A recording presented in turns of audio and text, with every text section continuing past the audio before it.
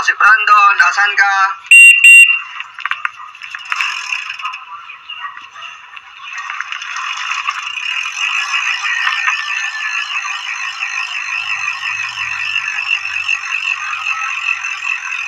Tara na, ito si Brandon, padyak na.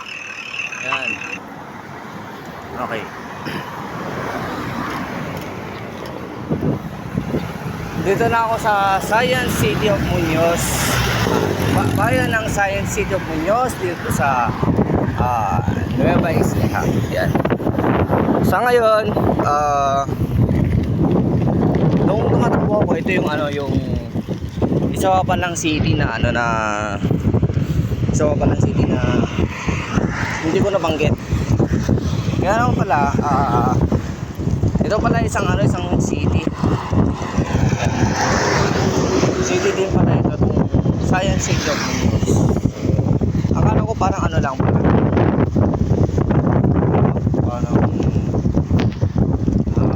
extension name yung city dun sa Science City of Muñoz. Kasi nabanggit dito sa akin ng kaibigan ko here at Nueva Ecija. Hindi, lima ang city dito. San Jose, Cabanatuan, Gapan, Palayan. Tapos itong yung Science City of Muñoz, sabi niya sa akin. Kasi doon sa takbo ko nun, di bale apat ang na-city kasi yung nabanggit ko.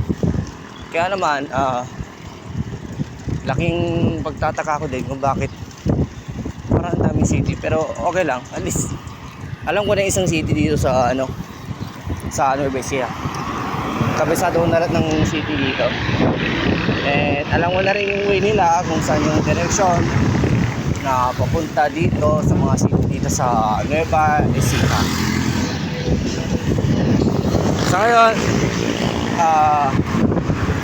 akit pa ako sa going to San Jose, Nueva Ecija ako ngayon. Yan. Ang hirap pumadyak, grabe. Sa open area na naman ako. Pag ganitong mahangin, ang hirap pumadyak pag nasa open area ka. Yan. Ibig sabihin ng open area, yung walang gaanong magko-cover sa iyo para so yun lang, kailangan pumunta sa ng Malaysia para makakita tayo ng Pangasinan. Yan, mamaya na lang uli yung mga ibang update and kita-kits ko uli mamaya.